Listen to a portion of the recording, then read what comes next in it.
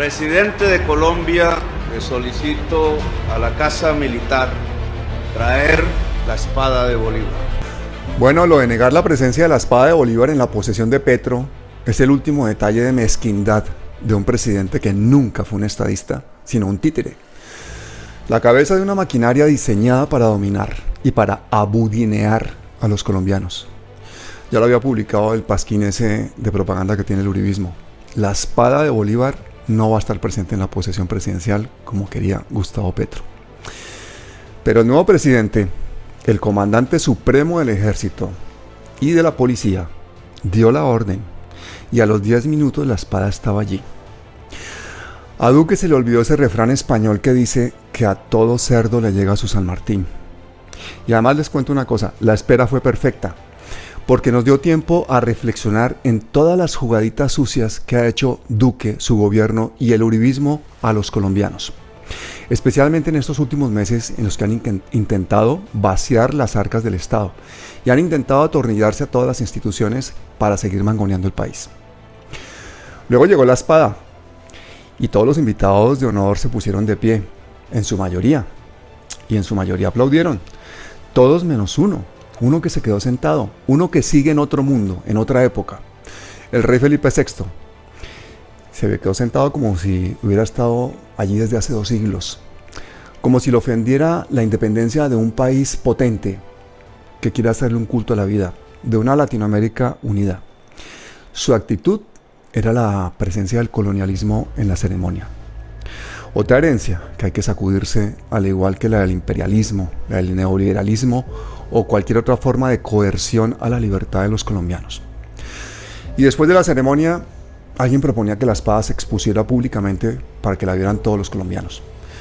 Yo les propongo otra cosa, que no hagamos más culto al militarismo ni a las armas. Eso es con lo que han escrito esa historia llena de mentiras, pobreza y violencia que nos han contado. No le rindamos culto a los que nos han gobernado. No le rindamos culto a los que nos han masacrado. Rindámosle culto a los derechos humanos, al arte y a las ganas de vivir sabroso. Y por eso hoy he invitado a mi amigo el historiador Wilmer Zuleta para que hablemos de todas estas cosas y muchas más. Gente, esta entrevista empezó mal y terminó peor. Lo que van a ver supuestamente era una charla con mi amigo historiador Wilmer Zuleta. Y al final terminé poniendo imágenes. Algunas de ellas son de un documental que hice para medios españoles. Por eso la pronunciación van a ver que es diferente. Ese documental se llama Estados Unidos Desclasificado y lo pueden ver en el canal. Mírenlo, no les digo nada más. Sobre todo si ustedes son de aquellos a los que no les asusta conocer la verdadera historia.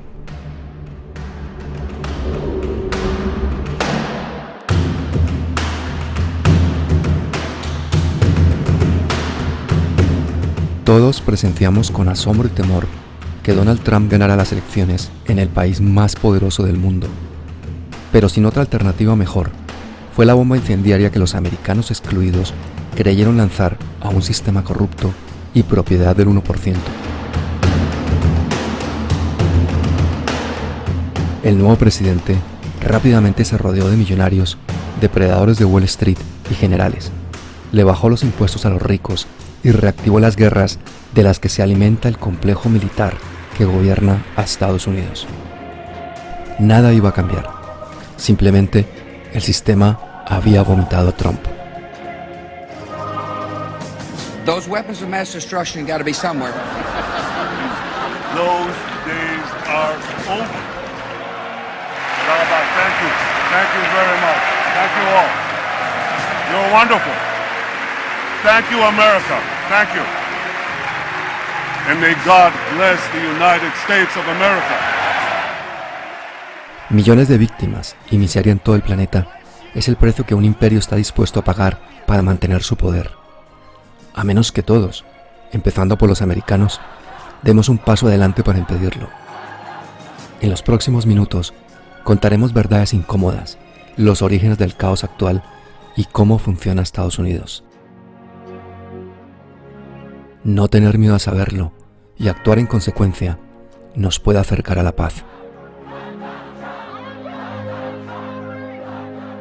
And that is the most important topic on earth, peace. Muy buenas, Wilmer, bienvenido. Un cordial saludo, Pablo, gracias por la invitación, a toda la gente que nos está viendo. Es un placer aquí compartir otra vez con ustedes. Sí, definitivamente Iván Duque se ha acostumbrado a hacer el ridículo. Hay que recordar cuando dijo que los padres de la patria de Estados Unidos fueron cruciales para la independencia de Colombia, de España, lo cual es totalmente falso porque fue la Legión Británica con 6.000 mercenarios la que fue crucial y por eso se apoderaron del 82% del comercio desde 1819.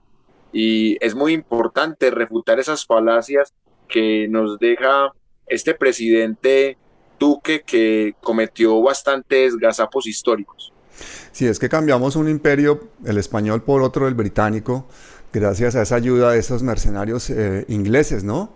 Claro, y para colmo de males, esos mercenarios eran un imperio que también se estaban quedando con África, y esos países imperialistas se fueron a la Primera Guerra Mundial por descontento por el reparto colonial de África en el siglo XIX. Esa es la causa principal, pero nos quieren engañar diciendo que no, que fue por el archiduque, ¿no? El archiduque fue un simple detonante, pero fue por el descontento de esos que no se habían conformado como naciones, germanos e italianos, y quedaron descontentos con el reparto colonial, y por eso se inició la Primera Guerra Mundial. La última gran conquista del Imperio Británico sucedió a principios del siglo XVII, cuando casi exterminó a la población nativa norteamericana, ocupó su territorio y esclavizó a millones de personas llevadas de África. Los barcos ingleses hicieron más de 10.000 viajes llenos de esclavos hacia América, transportando a más de 3 millones de africanos. Al menos 9 millones más fueron llevados por portugueses, españoles, franceses y holandeses. Más de 4 millones murieron durante la travesía. Muchos historiadores calculan el genocidio de la conquista de América en torno a 90 millones de personas. 10 murieron en América del Norte y 80 distribuidos entre América Central y América del Sur.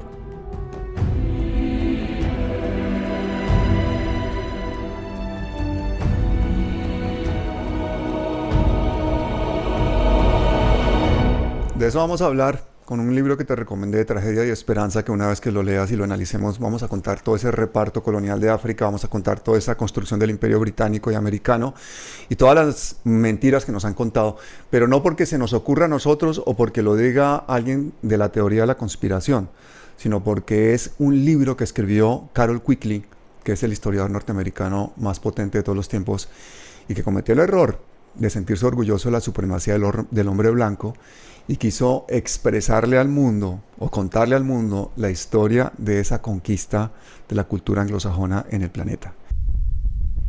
One of the problems, not specifically on this issue, just in general, let's put it this way: money trumps peace sometimes. El presupuesto anual de defensa es de alrededor de $1 trillón y debe ser aprobado por un grupo de 48 congresistas y senadores que forman el Comité de Servicios Armados del Congreso. Cada uno de estos políticos recibe cientos de miles de dólares anuales de las 5 principales empresas de armamento. De esta manera, el Congreso, que supuestamente debe representar a los ciudadanos, es el sitio donde el 1% secuestra su democracia.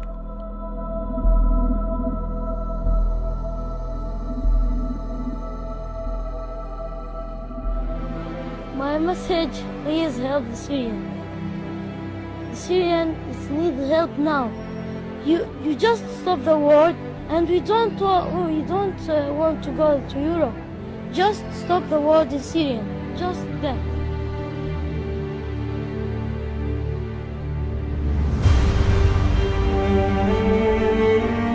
$41 millones de americanos viven bajo el umbral de la pobreza y muchos otros no tienen acceso a sanidad ni a educación, porque los recursos necesarios para cubrir sus necesidades básicas terminan siendo utilizados para alimentar la mayor maquinaria de guerra que ha visto la historia. Sobre este gobierno en la sombra, el complejo industrial, militar y financiero, el CFR, la Reserva Federal, los grandes bancos, los lobbies de Israel y Arabia Saudí y las mayores empresas norteamericanas, junto a los medios de comunicación, constituyen lo que se conoce como el Estado profundo, y son quienes financian las campañas de los políticos. Sus guerras negocio producen millones de muertes y miseria en todo el mundo, pero su codicia hace que el precio les parezca justificable. We have heard that 500,000 children have died. I mean, that's more children than died in Hiroshima.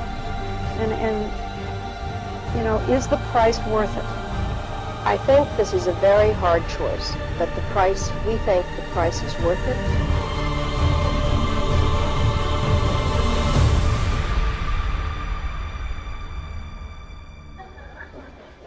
But don't be silent.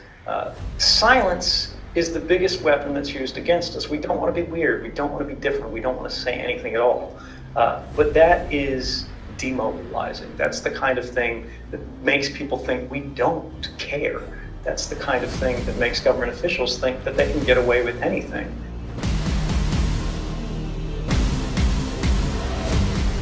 Bueno, Wilmer, aprovechemos que tenemos aquí un historiador como tú. Cuéntame exactamente si es verdad o no que este es el primer presidente guerrillero que tenemos en Colombia.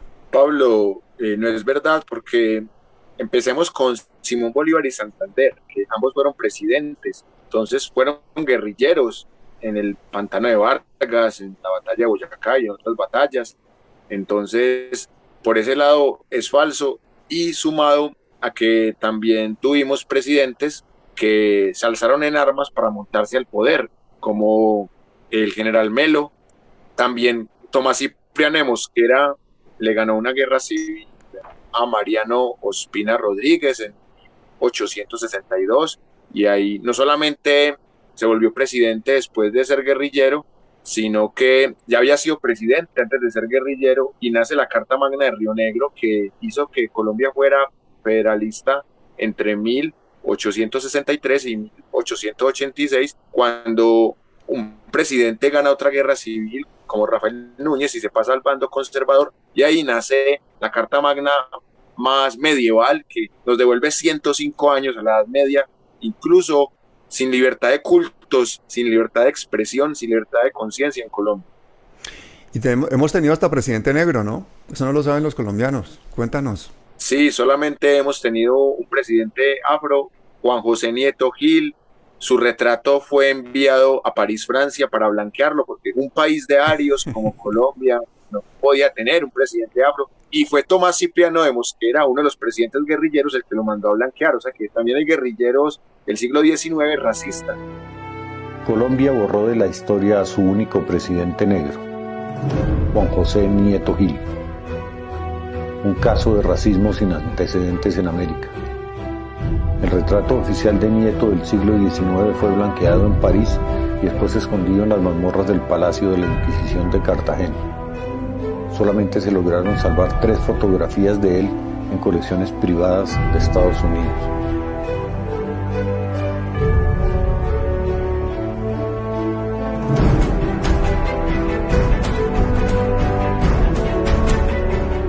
Hoy todavía no existe espacio en las paredes del Palacio de Nariño para incluirlo al lado de los demás presidentes de Colombia.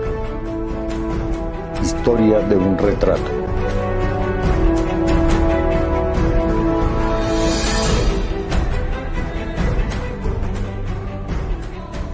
¿Y por qué algunos afirman que Bolívar fue, además de guerrillero, dictador y genocida? Porque los hechos así lo demuestran. Resulta que en diciembre de 1822, el pueblo pastuso quería seguir haciendo parte de la corona española, pero Bolívar y sus hombres los masacraron, asesinaron más de 500 pastusos, con lo que se conoce en la historia como la Navidad Negra. Sumado a eso, Bolívar se autonombró presidente vitalicio del país que le inventó a su imagen y semejanza, Bolivia, el país de Bolívar. También fue nombrado dictador en el Perú.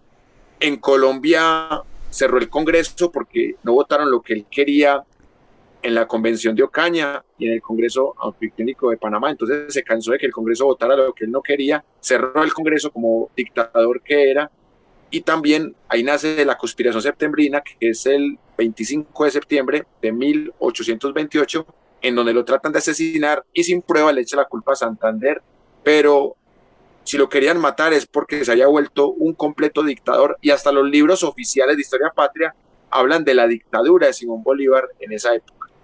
¿Y entonces por qué tenemos tan idealizada la figura de Simón Bolívar? Porque la historia patria se construyó con la idea de que los que liberaron estas tierras eran héroes, no con la idea de que hubo cambio de oligarquía, como diría el libro del maestro Antonio Caballero. Realmente lo que pasó fue que se cayó la oligarquía del Imperio Español y se montó una oligarquía burguesa comandada por Simón Bolívar, por Francisco de Paula Santander, por sus seguidores, que sus seguidores son los que fundan los partidos tradicionales, y estos partidos tradicionales se pelean el poder y luego en el Frente Nacional se unen, pero siguen siendo descarados con la gente pobre. A la mujer no se le da el voto en esta época de Simón Bolívar y Santander. Los afros no adquieren su libertad en esta época, solamente se da la libertad de vientres, los indígenas tampoco, los pobres tampoco, los campesinos tampoco. En resumen, fue una república para unos burgueses, no para el pueblo en general. Y los vencedores son los que escriben la historia. Entonces, claro, los libros de historia que nos enseñan en los colegios normalmente pues omiten muchos de esos detalles escabrosos, ¿no? Imagínense esa figura romantizada que tenemos de nuestro libertador, en el momento que nos digan que hubo una masacre de 500 personas en Pasto que perpetró él, que se tomó el Congreso, que etcétera, etcétera, etcétera. Pues entonces ya tendríamos que confrontar la historia tal como realmente sucedió. Y en los años en los que pasaron esas cosas pues no había redes sociales. En cambio, en época reciente los ciudadanos hemos podido enterarnos de crímenes de Estado monstruosos, como los de los falsos positivos gracias a las redes. La Justicia Especial para la Paz es claramente insuficiente, pero es lo mejor que tenemos.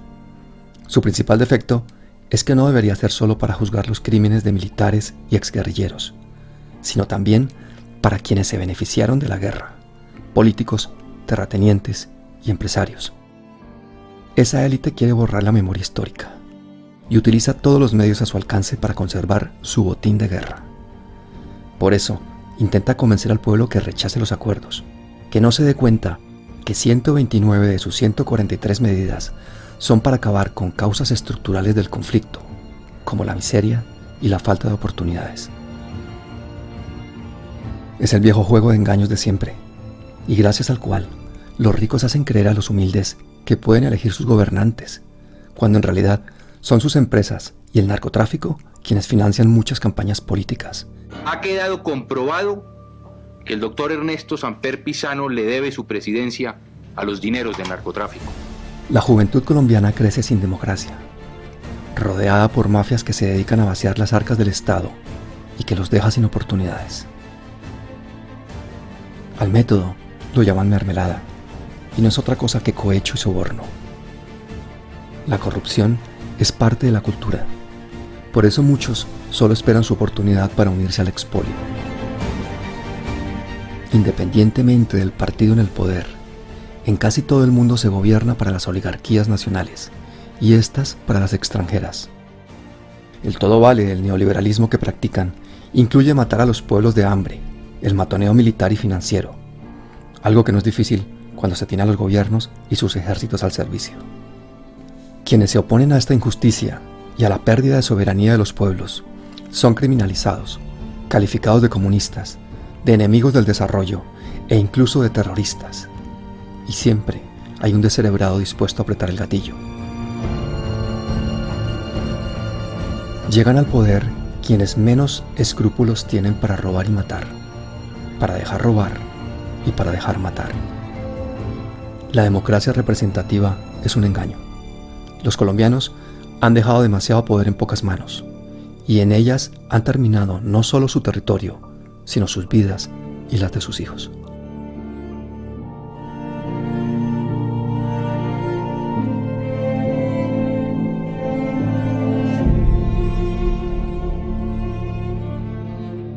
Wilmer, cuéntame algunos de los crímenes de Estado más graves de nuestra historia que no cuentan normalmente los libros de historia. El primero, la Navidad Negra en Pasto, ya mencionada, de 1822. El segundo, la masacre a los Sastres, en el gobierno de Marco Fidel Suárez, en donde por una protesta que hicieron los Sastres porque importaron los uniformes para el ejército, los masacraron por no escuchar sus peticiones. La denunciada por Jorge Eliezer Gaitán masacre de las Bananeras en 1928, con la complicidad del gobierno de Abadía Méndez, del general Cortés Vargas, y con la orden de la United Fruit Company, empresa estadounidense imperialista.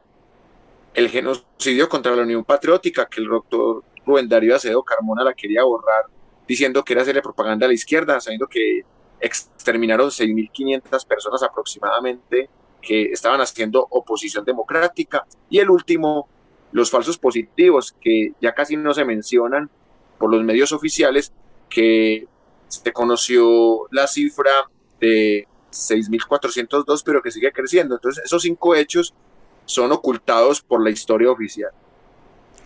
Esa historia que tenemos que empezar a escribir ahora los colombianos, que tenemos la posibilidad por primera vez de hacerlo, porque ahora las víctimas están en el Congreso, en el Senado, nuestros líderes sociales, nuestra vicepresidenta es una lideresa. Tenemos por primera vez activistas de ministros, tenemos pacifistas, tenemos un ministro de Defensa que es defensor de derechos humanos. Imagínense esa locura lo que va a suceder en Colombia. Y aunque tengamos algunos sapos venenosos que tragarnos, porque habría que hablar también de algunos ministros y algunos nombramientos, pues en general tenemos una oportunidad histórica. Cuéntame otra cosa que me llama muchísimo la atención. ¿Qué hacía Colombia participando en la guerra de Corea?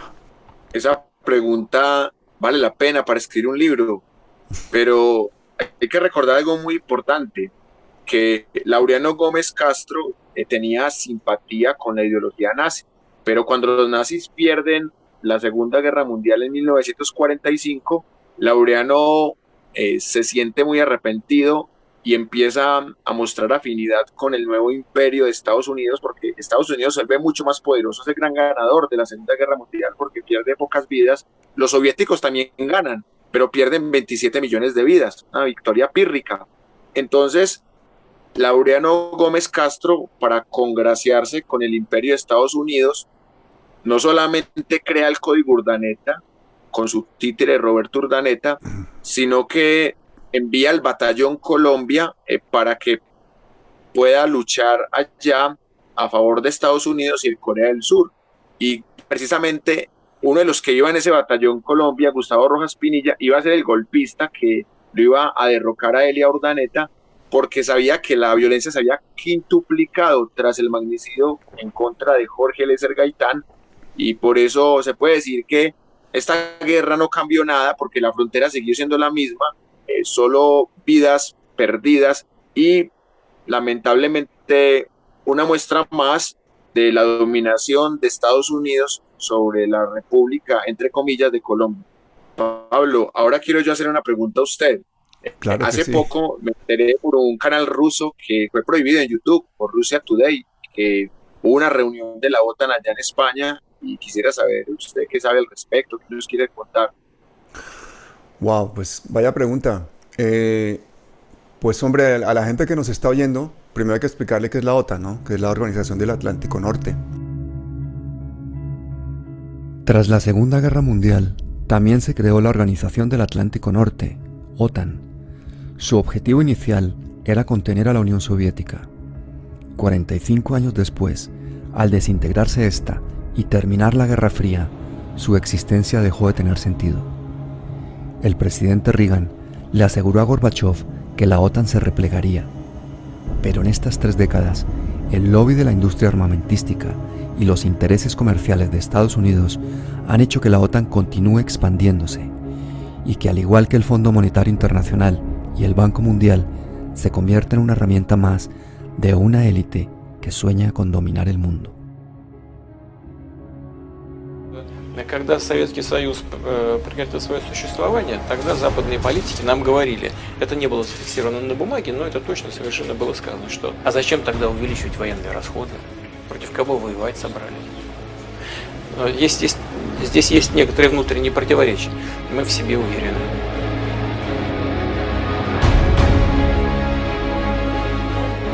Великой Победы! Ура!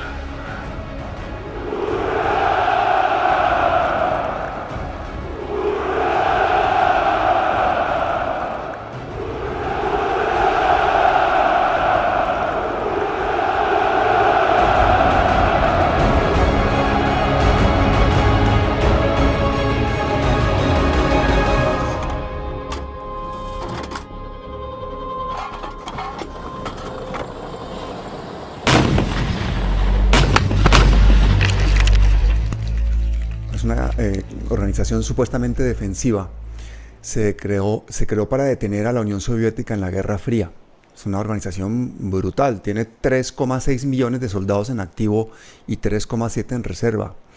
Un gasto anual actual de $1 billón, pero billones no los americanos, sino 1 millón de millones, o sea, un 1 y 12 ceros. Esta organización que se creó para detener a la Unión Soviética dejó de tener sentido cuando la Unión Soviética desapareció. Es decir, no tiene ningún sentido que hoy en día exista la OTAN. Y al principio eran solo 12 países, pero desde que se disolvió la Unión Soviética se han sumado 16 países más. La respuesta de la Unión Soviética en ese momento fue fundar junto a otros 7 países lo que se llamó el Pacto de Varsovia. Luego la OTAN hizo una primera misión ofensiva por allá en 1995 contra Serbia. Pero la primera vez que se invocó el artículo 5, que es el famoso artículo de la OTAN, en el que si alguien se mete con un miembro, se mete con todos y todos responden con toda, fue durante el 11S, durante el ataque a las Torres Gemelas. Y se declaró la guerra contra Afganistán para derrocar al régimen talibán.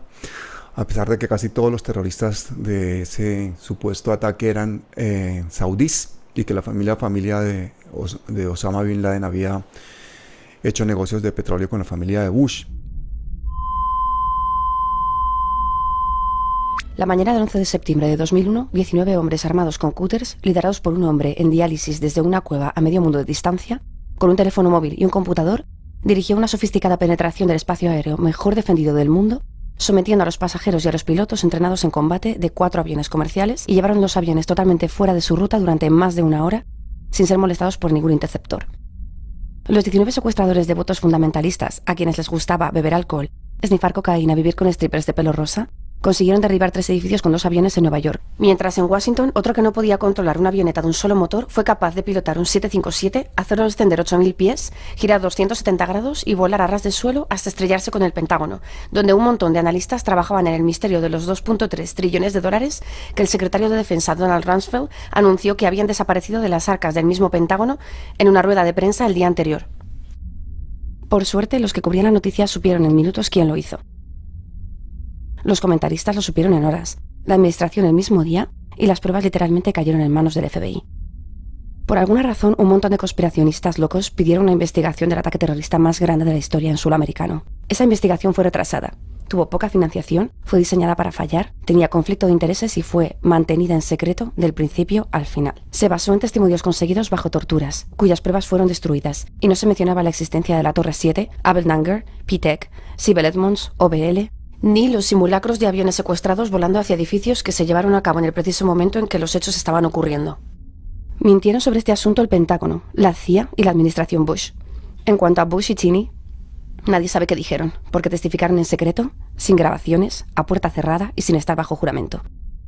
Nadie se molestó en saber quién financió los atentados porque esa pregunta se consideró de poca importancia práctica.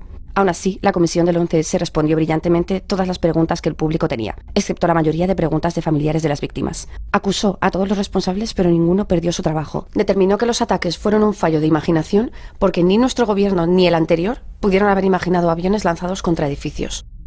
Excepto el Pentágono, la Agencia Federal de Emergencias, la de Reconocimiento y el Comando Aeroespacial. La DEA destruyó 2.5 terabytes de supuesta información peligrosa, pero está bien, porque probablemente no era importante. La Comisión de Valores destruyó sus registros sobre asuntos internos antes de los ataques, pero está bien, porque dijeron que destruir los datos de la más grande investigación en su historia era simplemente la forma rutinaria de mantener la información. El Instituto Nacional de Normas y Tecnología clasificó los datos que usaron para su modelo de colapso de la Torre 7. Pero está bien, porque dijeron que saber cómo lo hicieron habría puesto en peligro la seguridad pública. El FBI argumentó que todo el material relacionado con la investigación sobre el 11S debería mantenerse oculto al público. Pero está bien, porque probablemente el FBI no tenía nada que esconder. Este hombre nunca existió ni hay nada que decir de aquí que merezca la pena. Y si dices otra cosa, eres un conspirador paranoico, y como tal mereces ser mostrado a toda la humanidad.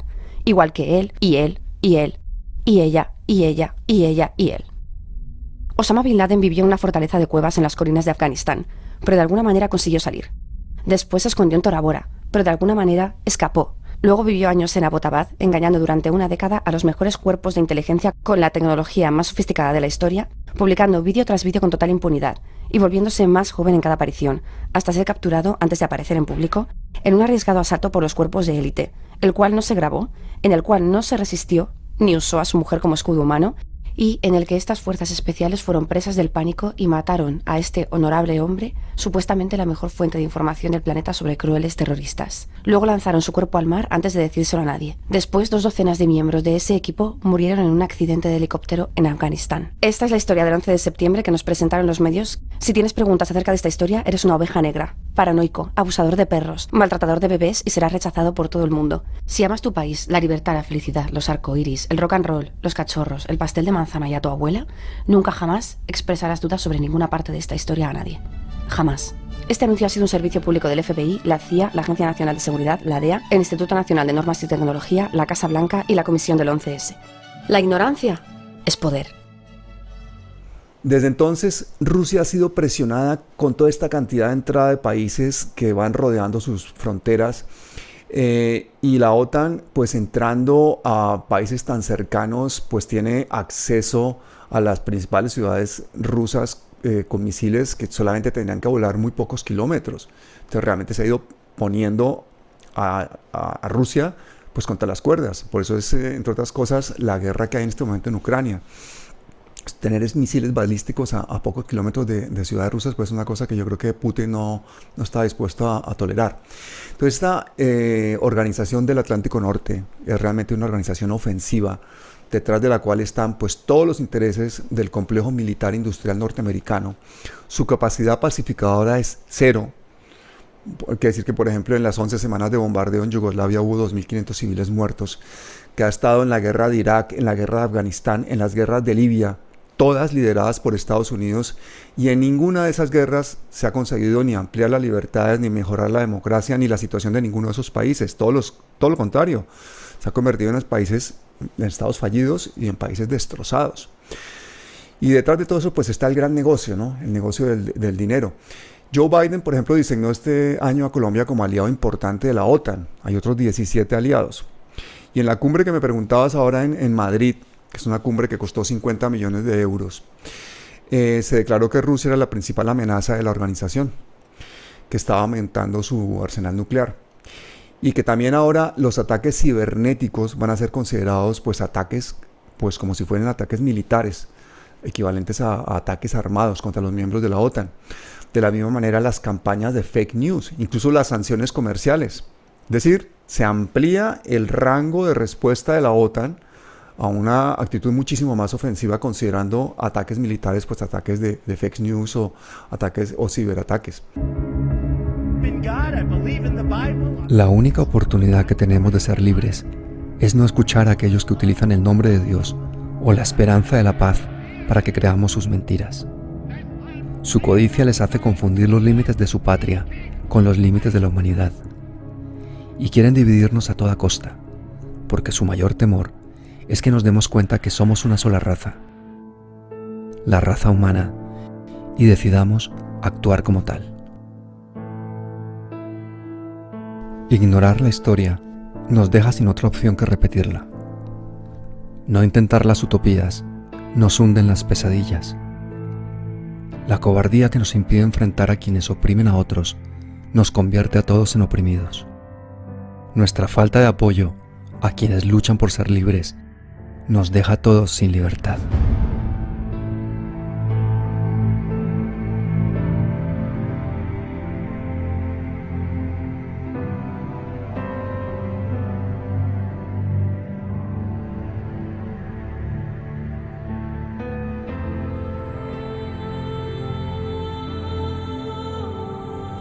Para no dejar que se mate en nombre de nuestro país, de nuestro color de piel o de nuestra religión, tendremos que dar un paso fuera de nuestro miedo y de nuestra comodidad. La historia no va a venir a casa a buscarnos para que cambiemos su rumbo. Tendremos que ir a la calle en su búsqueda y rebelarnos. Solo así podremos reescribir el destino. Sean revolucionarios.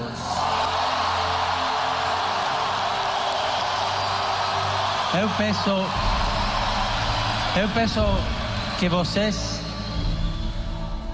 de ir en contracorrente, sim, nisto peso que se rebelen.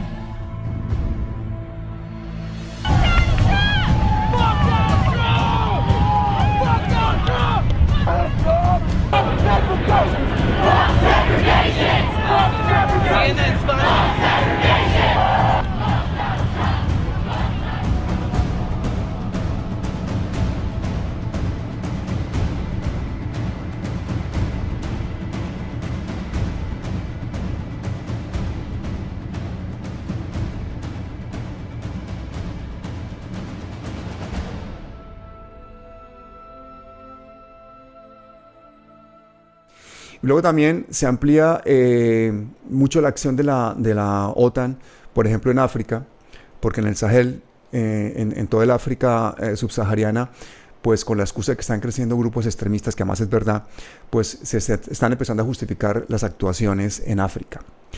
La OTAN también ha dicho en Madrid que no se fía de China, que China es una amenaza igual que la de Corea del Norte, ¿no? Y pues entonces habla de que hay que aumentar pues el presupuesto que se gasta en defensa por parte de todos los miembros hasta el 2%, porque hay que hacer muchísimo más, porque hay que defenderse, porque para ellos gastar en armas es gastar en libertad, en democracia y en paz. O sea, imagínate esa contradicción. O sea, ellos quieren hacernos creer que hacer guerra es paz, que ir a la ofensiva es conseguir la paz. Incluso han aumentado pues la zona de incidencia, porque ahora los territorios de los países miembros, por ejemplo en España, Ceuta y Melilla, que están en África, ahora pasan a ser defendidos también por la OTAN, o las Malvinas en el caso de Inglaterra. Y luego se han hecho jugadas sucias aquí en Madrid. Por ejemplo, Turquía, que a cambio de que no se oponga la entrada de Suecia y Finlandia, le han permitido pues seguir rodeando a Rusia, y a cambio obtiene pues por ejemplo que Suecia y Finlandia levanten el embargo de armas que tenían con Turquía, ¿no? Entonces Turquía pasa a ser ya pues un miembro en el que fácilmente tenemos ahí en territorio asiático pues un territorio caliente, una frontera caliente. Luego muchos países han anunciado durante esta cumbre nuevos envíos de armas a Ucrania. Y se ha aumentado otra cosa que es importante, que es la tropa de acción rápida de la OTAN, que ha pasado de 40.000 soldados a 300.000 que pueden estar puestos en cualquier parte del planeta en solo 3 días. Por otra parte, Estados Unidos también ha aumentado sus barcos y su personal en la base de Rota aquí en España, ¿no?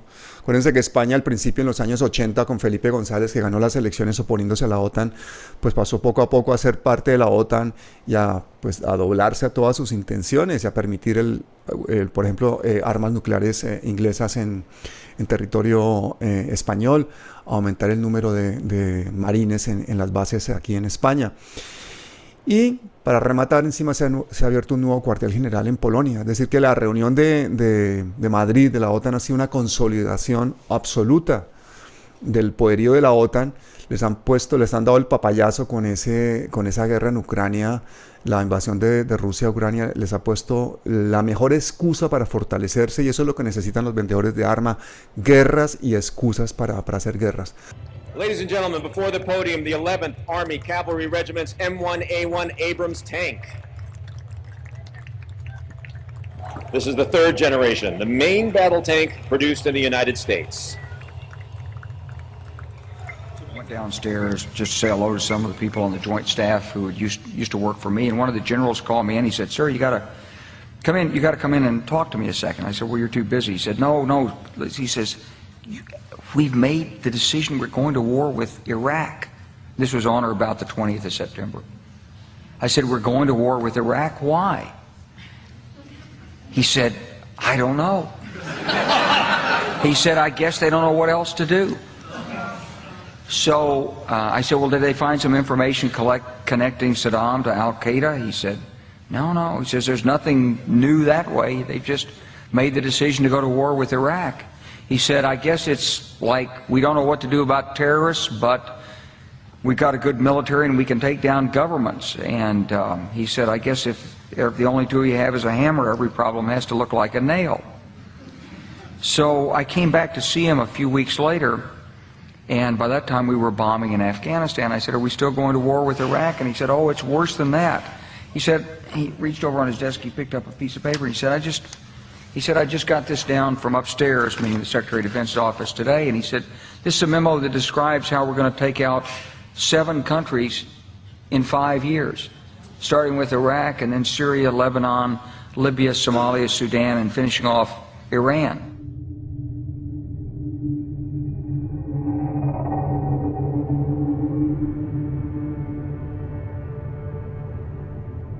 Actualmente, Estados Unidos tiene alrededor de 1.000 bases militares en los 5 continentes. La cuarta parte de ellas son secretas. En su propio territorio, tiene 4.000. Sus ejércitos de tierra, mar y aire controlan los 2 océanos, las comunicaciones y el espacio. Y cuentan con 1,5 millones de soldados que se alistan voluntariamente. La beligerancia, el poderío militar y su economía insostenible diseñada para aumentar la desigualdad hacen de Estados Unidos la mayor amenaza para la paz y el bienestar mundial. Su gasto real en armas es mayor que los siguientes 7 países de la lista juntos. El 40% de su presupuesto de defensa y el 100% del de inteligencia son secretos. La cifra total supera el $1 trillón. The United States of America is the most powerful nation on earth. Period. Period. It's not even close. It's not even close.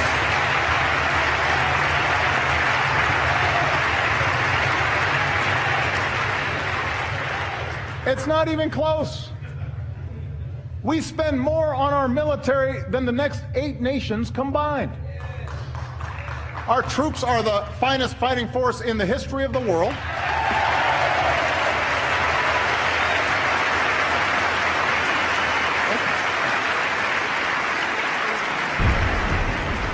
Perdóname que me haya alargado un poquito, pero quería darte un contexto un poquito de la situación de la OTAN. Excelente. Sí, sobre ese tema de la OTAN también quiero hacer un apunte y tiene que ver con el tema del Pacto de Varsovia, que fue incluso el Pacto de Varsovia más reciente. El Pacto de Varsovia fue la forma de la Unión Soviética de defenderse. Y por eso es increíble que después de la caída del muro de Berlín en el 89, después de la separación de las 15 repúblicas soviéticas en 1991, siga existiendo la OTAN, con lo que se demuestra que más que una organización de defensa, es una organización de ataque. Y también es importante hablar sobre lo que representa la OTAN para países como Colombia, al tildarlos de socios, o países como Israel, que son socios no miembros, y que uno podría traducir eso como patios traseros, pero con el eufemismo de socios. Aquí ya tienen bases militares, está imperando todavía las secuelas del Plan Colombia del año 2000, y sumado a eso, vemos que el nuevo gobierno de Petro le toca soportar eso porque ya está firmado a Colombia como socio mayor de la OTAN. Y lo otro que también vale la pena recordar, con lo que decía Pablo, de esos nuevos delitos que se inventan, es el tema de Julian Assange, que dicen que es un terrorista informático. Entonces, ya son guerras de 4ª y 5ª generación, en donde etiquetan a las personas, ya no necesitan poner bombas, ni armas químicas, ya con noticias falsas y con calumnias pueden gobernar y seguir expandiendo su imperialismo. Una aportación mayor de George Bush a la historia negra de la humanidad es la Segunda Guerra del Golfo, en la que se invadió el país con las segundas reservas de petróleo más grandes del mundo. Una decisión ilegal tomada por Estados Unidos, Inglaterra y España, al margen de las Naciones Unidas y en contra de la opinión mayoritaria de la comunidad internacional y de los ciudadanos de sus propios países. La excusa era la existencia de unas armas de destrucción masiva que jamás se encontraron.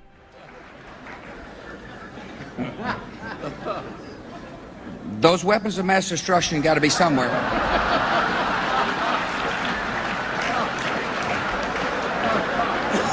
Nope, no weapons over there.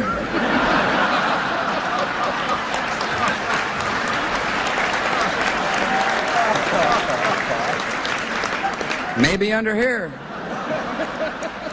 Los vendedores de armas nos quieren hacer creer que invertir en armas es invertir en paz, en libertad, en seguridad, que la guerra es la paz. Imagínense esa barbaridad, o sea, eso es lo que hizo el uribismo durante 20 años, ¿no? Necesitamos la mano fuerte. Fíjense, por ejemplo, la hipocresía de Europa, que por una parte compra el gas a Rusia, pero le da armas a Ucrania, ¿no? España es el 7º vendedor de armas del mundo, que es una cosa absurda. Se han comprado 20 aviones Eurofighter por 2.000 millones de euros el año pasado. Quieren que el presupuesto se amplíe hasta los 20.000 millones de euros al año en gasto militar España, que es un país en el que más del 80% de la gente es manifiestamente pacifista. Hoy nuestra seguridad está amenazada por el régimen de Putin y, por tanto, apoyar a Ucrania con decisión es la única forma de asegurar que la Europa y el mundo, yo diría, que hemos construido, tengan un futuro cierto. Es imprescindible, en consecuencia, que reforcemos nuestra capacidad de disuasión, lo cual, sin duda alguna, va a exigir capacidades militares modernas, capaces, disponibles, que solo se adquieren mediante un aumento de la inversión en defensa. Somos muy conscientes de ello. Pero también sé, y es algo que tenemos que transmitir a nuestras sociedades, y sin duda alguna lo voy a hacer a la sociedad española, que debemos hacer ese esfuerzo. Porque mucho mayor es el coste de quedarse de brazos cruzados mientras se pone en jaque lo más elemental, lo más fundamental de nuestras sociedades, como es la libertad y nuestro modelo de convivencia pacífica y democrática. Y el presidente es un presidente del Partido Socialista Español, partido que llegó al poder gracias a que estaba en contra de la OTAN. Eso es lo que pasa con las democracias, que al final nos secuestran el consentimiento, nos secuestran las democracias, todos estos lobbies, todas estas puertas giratorias que hacen que todos estos vendedores de armas tengan acceso y financien las campañas de los congresistas en Estados Unidos, en Europa y en muchos países, pues al final hacen las leyes y legislan precisamente pues para que haya guerras, para que haya instituciones como la OTAN. Para mí la OTAN es la banda armada más grande que ha existido en la historia de la humanidad, la más potente. Tiene muchas veces la posibilidad de destruir no este planeta, sino muchos planetas como este. En este momento tenemos una situación que es prácticamente una tercera guerra mundial, en la que la gente sigue diciendo, en los mismos países que pueden ser víctimas de una guerra mundial, siguen diciendo y siguen creyendo en la OTAN. ¿Por qué? Porque los medios de comunicación, que son la otra guerra mundial que tenemos, han ganado esa batalla. Y dentro del imaginario colectivo está la necesidad de un ejército que nos proteja a todos, ¿no? Entonces, esa venta de armas, que es el negocio que hay detrás, es el que nos ha llevado a que cambien en nuestro imaginario el concepto y de que la gente realmente piense que sea necesario estar armados hasta los dientes para estar seguros. ¿Tú qué opinas de eso? Sí, es muy triste porque estos medios tratan de mostrarlo de Estados Unidos como misiones humanitarias. Por ejemplo, ese medio alemán DW, cuando Estados Unidos invadió a Irak, ahí no decía lo mismo que dice ahora de Rusia con Ucrania, sino que decía que Estados Unidos fue a una misión humanitaria. Las pocas críticas venían de canales independientes de Internet, de activistas sociales y de medios extranjeros. Prácticamente nadie hablaba de intereses económicos tras la industria de la guerra, ni de la larga historia norteamericana de violación de derechos humanos en otros países. 5 años después, el soldado norteamericano Chelsea Manning filtró millones de archivos secretos del Departamento de Estado sobre las guerras de Irak y Afganistán a través de Wikileaks, una organización sin ánimo de lucro que denuncia ilegalidades en todo el mundo y cuya base de datos acumula más de 1 millón de documentos de la política exterior de Estados Unidos, incluyendo vídeos militares en los que la opinión internacional pudo ver cómo los drones pagados con los impuestos de los norteamericanos y enviados por el Premio Nobel de la Paz, Barack Obama, servían para matar a civiles inocentes, mientras sus asesinos se felicitan como si se tratase de un videojuego.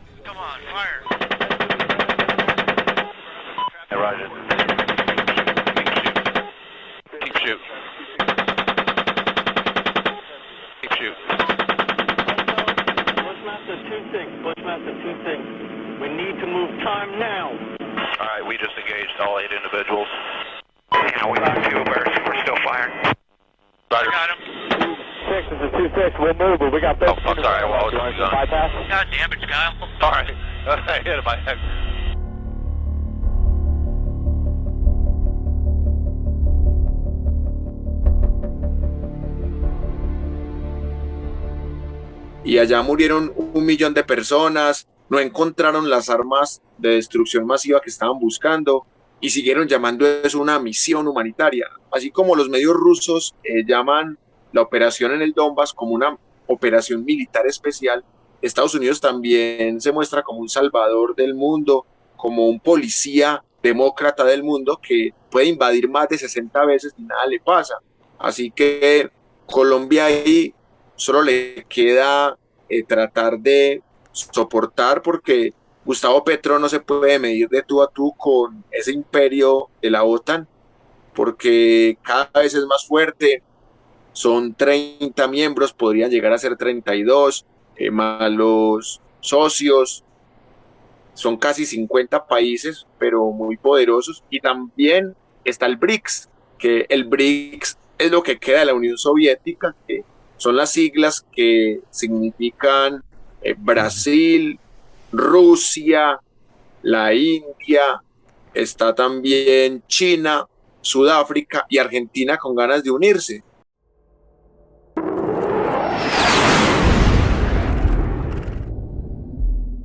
Entonces, ni la OTAN ni el BRICS, y hay que recordar que la Unión Soviética eran aproximadamente 300 millones de habitantes y que la mitad de los habitantes, más o menos 150 millones, eran rusos. Entonces, la mitad de la Unión Soviética era Rusia, así que a Rusia tampoco le quedaría difícil conseguirse 14 repúblicas satélites y fundar una nueva Unión Soviética. Si lo miramos solamente desde el punto de vista de población y de armamento. Entonces, yo sigo un escenario muy preocupante y esperemos que esta nueva Guerra Fría, porque es una nueva Guerra Fría, no nos traiga consecuencias nefastas y que no nos vayan a poner a pelear, por ejemplo, con Venezuela, cuando Gustavo Petro y Nicolás Maduro tienen la intención de normalizar relaciones políticas, comerciales y diplomáticas. Pero yo te digo una cosa, detrás de todo esto hay una gran cobardía. Porque todos estos miserables que legislan para que sus gobiernos se gasten millonadas en armas, no mandan a sus hijos a la guerra. Estos tipos no van a empuñar un arma ni van a estar en un frente de batalla. Estos tipos están pues en sus mansiones, en sus pedazos de oficinas, en sus aviones privados, en sus yates, legislando para un mundo en el que se matan los pobres contra los pobres, ¿no? Como es lo que ha pasado en Colombia. Si tú ves los muertos en Colombia, ¿cuándo has visto tú que aparezcan allí pues, los hijos de ministros o de presidentes, ¿no? Yo quisiera invitar a toda esta gente que está legislando a favor de las armas, a todos estos hijos de los grandes ejecutivos de las corporaciones, que vayan y empuñen las armas, que vayan a los frentes de batalla, que nos demuestren cómo es que se hace la guerra.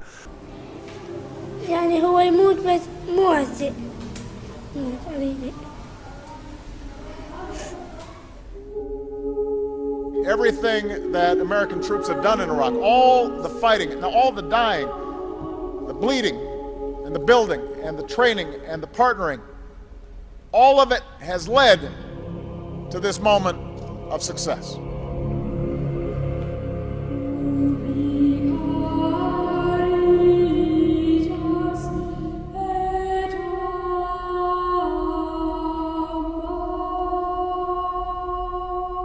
Y la doble moral va mucho más allá en estos vendedores de armas, porque dicen, no, yo vendo las armas, yo, lo que hagan con ellas, no es responsabilidad mía. Y esa es la actitud española. Uno de los principales, repito, España es el 7º vendedor de armas del mundo. Hay grandes industrias aquí y esas armas van a diferentes países. Uno de los países a los que más vende armas, España, es Arabia Saudí.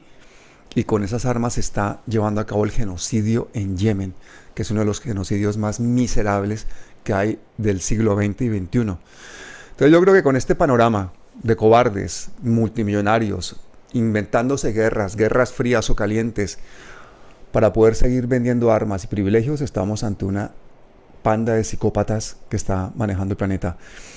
Y Wilmer, yo creo que tenemos de aquí en adelante una labor pedagógica grande, contar esa historia real. Hoy hemos hablado de Simón Bolívar con realidad. El pueblo pastuso sabe de qué estamos hablando. Espero que el resto de Colombia también sepa de qué estamos hablando. Dejemos de romantizar todos estos símbolos patrios. Analicemos nuestros símbolos patrios. Tal vez deberíamos cambiar nuestros símbolos patrios. Tal vez deberíamos cambiar nuestra versión de la historia, reescribir esos libros de historia.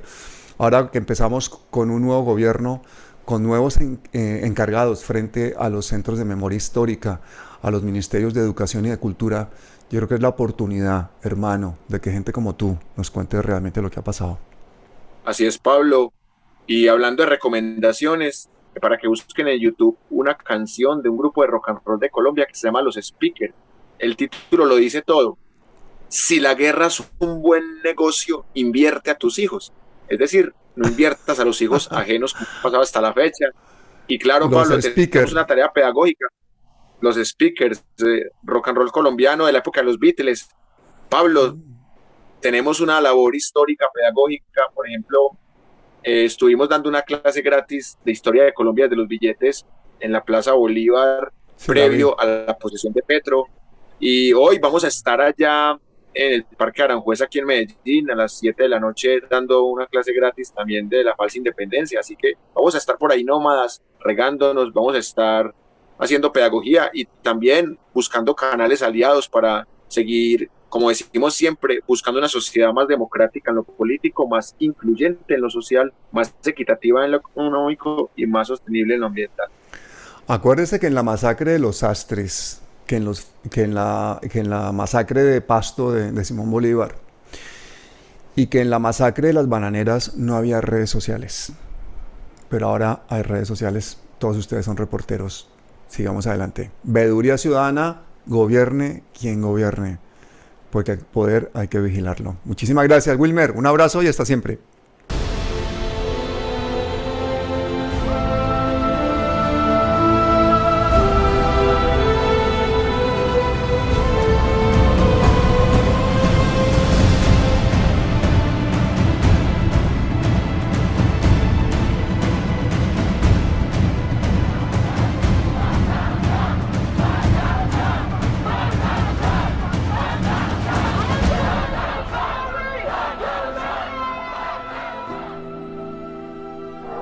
I pledge you that we shall neither commit nor provoke aggression, that we shall neither flee nor invoke the threat of force, that we shall never negotiate out of fear, and we shall never fear to negotiate. And that is the most important topic on earth, peace. What kind of a peace do I mean, and what kind of a peace do we seek? Not a Pax Americana, enforced on the world by American weapons of war, not the peace of the grave or the security of the slave. I am talking about genuine peace, the kind of peace that makes life on earth worth living, the kind that enables men and nations to grow and to hope and build a better life for their children. Not merely peace for Americans, but peace for all men and women.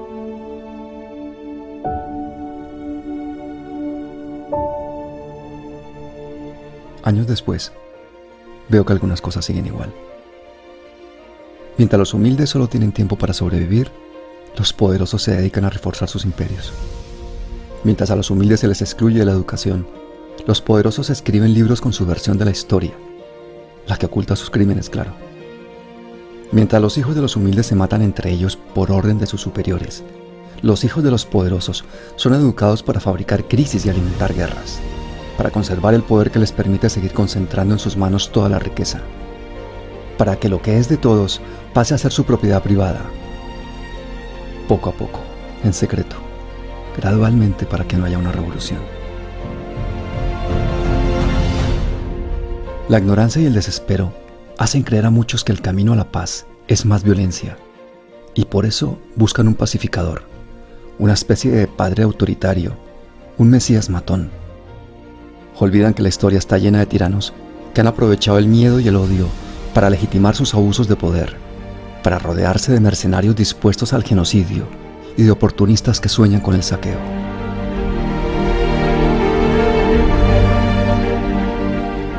Pero otras cosas han cambiado, porque a pesar de la desinformación, del ruido y de la fuerza, los colombianos, hartos de tanta muerte, han entendido que no pueden dejarse dividir, que deben bajar todas las banderas para poder izar juntos la de la paz, y que esta solo se consigue con verdad y reparación.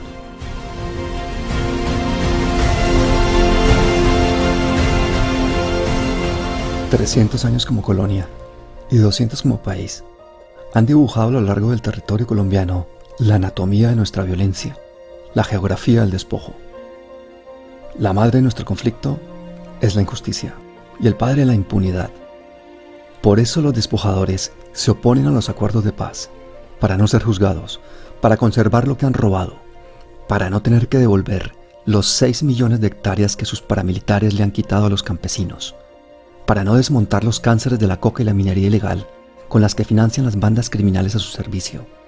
Bandas dedicadas a matar campesinos que reclaman sus tierras, a excombatientes que creen en la paz y a activistas sociales que nos defienden a todos. Quienes en nombre de la seguridad apoyan el militarismo, desconocen que la paz no es un equilibrio de terrores, ni el silencio tras una masacre. La paz es un continuo personal y colectivo de justicia y libertad. 500 años de dominación, guerras y atrocidades nos han enseñado que las armas que necesitan nuestros hijos son los libros, que la única guerra en la que todos debemos estar es contra la pobreza, y que los poderosos tienen el monopolio de la fuerza, sí, pero podemos derrotarlos si nuestra estrategia es la desobediencia civil, pacífica pero rotunda, tan masiva que sea incontestable, que nos permita cambiar las leyes escritas para enriquecer a pocos por otras que garanticen justicia para todos, para que por fin 50 millones tengamos un proyecto común, que ningún hombre o mujer, nacional o extranjero, pueda escribir nuestro destino o intentar arrasar este río de vida llamado Colombia.